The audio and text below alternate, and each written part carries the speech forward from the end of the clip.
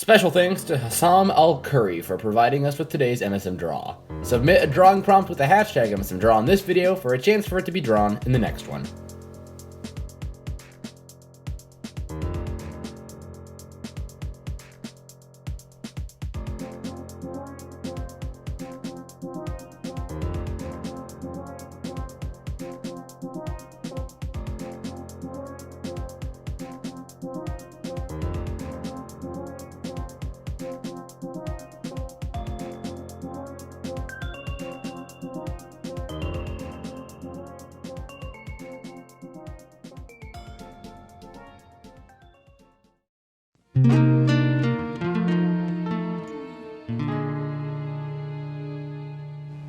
Hi everyone, my name is Wiblix the Wubbox, and you are watching the Creeptanium channel, where we take a scientific approach to examining the hit musical game My Singing Monsters.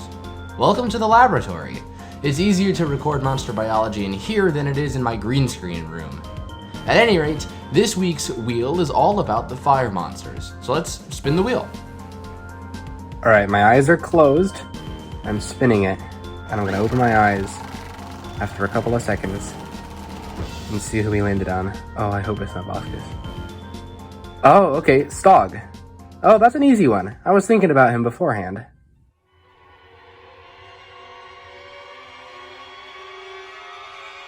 Alrighty, let's begin today's discussion on the Stogg. According to the bio of the Stogg, they eat anything that glitters and shines, which is an essential source of nutrition for their bodies. It also mentions that the interior of a Stogg is similar to a geode, in which sonic energies build in intensity. The Stogg can release these energies through its waveform line along its flank and tail, resulting in light and music. Lastly, as per the bio, the Stogg has powerful leg muscles to dig through the earth to find rocks and minerals.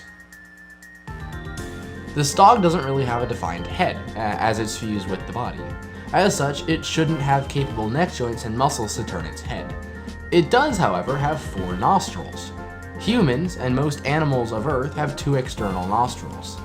The leading theory why is to allow the 2 nostrils to be on a cycle of sorts. One nostril is slightly swollen, restricting airflow. After a couple of hours, the other nostril becomes swollen and the original one clears up. This cycle allows the clogged nose to be cleaned out by the immune system. It rids it of most dust and germs picked up from when you were breathing through it. Having one nostril at a lower respiratory capacity allows multiple types of scent particles to be dissolved. In a nostril with unhindered airflow, particles must enter and dissolve on the mucous membrane quickly to be picked up by the brain. However, particles that take a longer time to dissolve wouldn't get detected and therefore smelled. When these slow dissolving particles enter the stuffed nostril, they stay there for a while due to the restricted airflow and then dissolve, allowing the brain to sense this new smell. So dual nostrils not only keep your throat and lungs safe from bacteria, but also give you the maximum smelling capacity a human could have. Now what does this mean in the case of the Stogg? Well, more nasal cavities means more smelling power, so the Stogg would be able to pick up scents easier. And if one set alternates between the smelling and the cleaning cycle, then the Stogg could be breathing out of 2 unclogged nostrils at all times, which gives a more even distribution of scent particles into the nose. The bio said the Stogg had powerful digging muscles, so I made sure to draw the leg muscles to show how they would lay over the bones beneath the skin.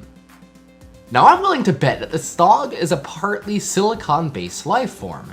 Silicon is one of the most common materials in the crust of the Earth, and the Stogg eats rocks and minerals from the ground. As such, the crystals and maybe even scales that make up the Stogg's anatomy should be silicon-based as well. The easiest silicon-based crystal to guess the Stogg is made out of is quartz. It has quite a lot of different types, aside from the standard white crystal that we are used to seeing. Conveniently enough, the subcategory of red quartz matches the look of the Stogg's spines quite accurately. But how exactly does the Stogg create its sound? The bio explains that pure sonic energies coalesce and build within the geode interior of the Stogg. In order to have a sound build within the Stogg, it has to have an origin.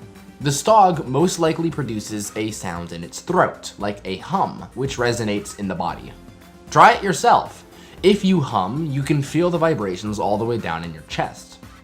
So when the Stogg creates this initial sound, it builds inside the crystal interior of the monster because it matches the resonant frequency of the crystals inside. It's like how people, with the right tone of voice, can shatter crystal glasses. Or how some crystal cups make a pure tone when you rub them with water. Either way, the sounds are bouncing around inside the Stogg, waiting to be released to create music. The Stogg can most likely channel a beam of this sonic energy out of its resonation chamber and into one of its quartz spines. The smaller the spine is, the higher the sound will be, so the Stogg chooses which spines to vibrate, causing them to produce its iconic sound. This is why we see the Stogg's spines light up in the order of the notes it plays. The spines could vibrate so violently that they heat up a bit and produce a small amount of light from within. The geode cavity within the Stogg could be any form of quartz, as they are acoustic amplifiers. It would most likely be the same red quartz as the spines along the back of the Stogg. However, because it looked too much like flesh, I changed it to the universally recognized amethyst geode, which, wouldn't you believe it, but amethyst is also a type of quartz. So we really didn't lose anything by doing that.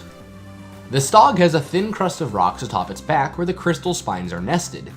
These rocks are most likely slate, which is thin, bluish gray, and can fracture easily just like the rocks seen on the back of the Stogg. What supports this is that slate is in fact a metamorphic stone formed primarily from volcanic ash, at temperatures above 150 Celsius or 300 degrees Fahrenheit. It really cements the theme of the Stogg being both a fire and an earth type. The last thing to talk about is the waveform line on the flank and tail of the Stogg. There are two things that I believe make up this biological feature. The first is something called a lateral line. It's usually found on fish, but it runs down the side and tail just like the Stogg's. In fish, the lateral line is a sensory organ that detects movements, vibrations, and pressure in the outside water. This way, you can't sneak up on a fish. Believe me, I've tried. Now, in some fish, the lateral line contains electroreceptors, which can either receive or generate electricity. The most notable example of this is the electric eel, whose electroreceptors are so powerful that they can kill smaller fish with a shock. They achieve this with a, get this, electric organ adapted from muscles in their tail. The second biological feature is the color adapting scales of chameleons. Notice how when I Google chameleons, all of them have a stripe going down the sides of their bodies in the same place where the Stogg has its waveform line. Now it's time to combine this research into the explanation for how the Stogg's squiggly sideline works.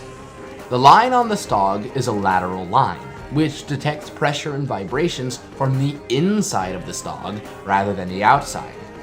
The different frequencies of the vibrations inside the geode cavity cause the lateral line, which has electroreceptors that produce electricity, to emit energy in the form of visible light.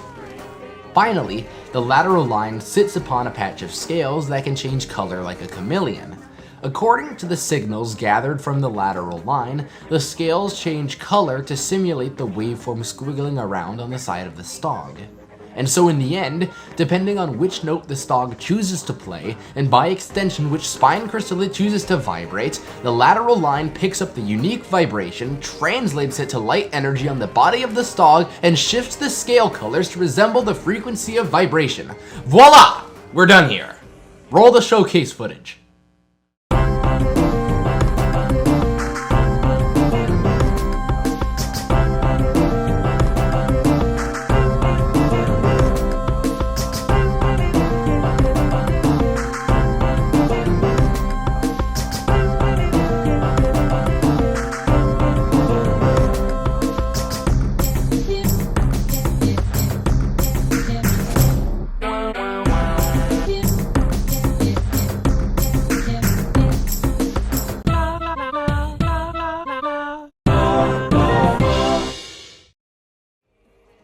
We've reached the segment of monster biology where I realize that there's a rare and epic Stogg to discuss, but I'm tired of painting. Nah, I'm just kidding.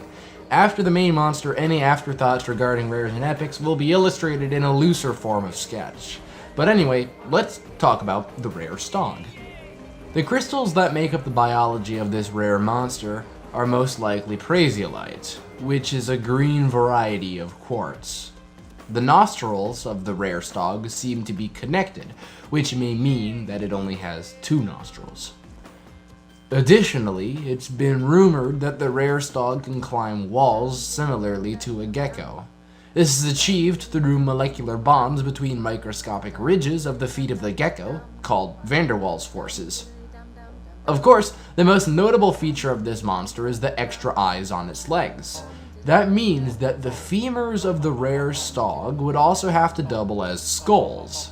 It seems unlikely that the ocular nerves would travel all the way back up to the rare Stogg's brain, so it would make sense to have smaller rudimentary brains in the leg skulls of the rare Stogg.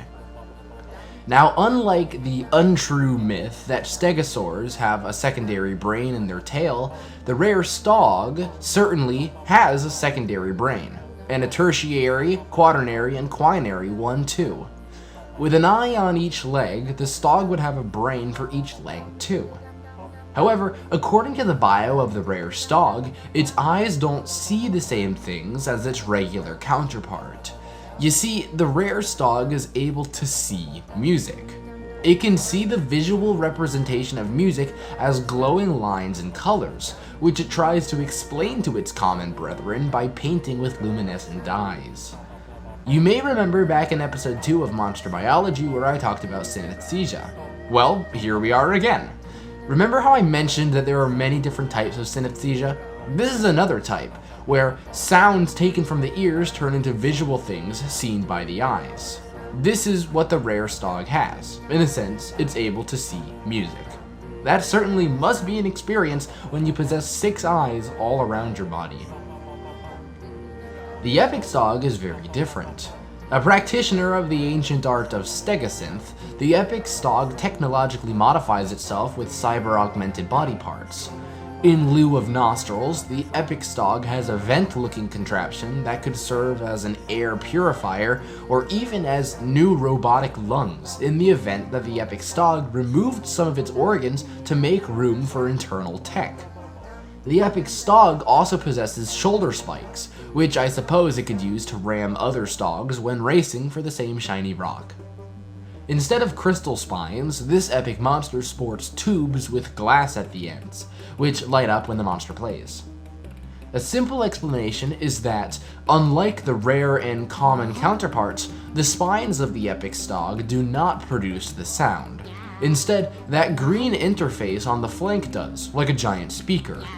The tube spines are likely for show, and have a small light bulb inside to light up. The real difference is in the geode cavity that all Stoggs possess.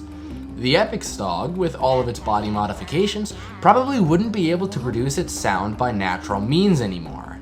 In the illustration, I imagine the epic Stogg to have some sort of central computer inside that automatically produces the sound electronically rather than vibrating the crystal spines. So, those are my thoughts on the rare and the epic Stogg. Well, we've reached the end of today's installment of Monster Biology. Tell me what you think in the comments, and like and subscribe if you enjoyed what you saw. You've been watching Creeptanium, and I will see you all later.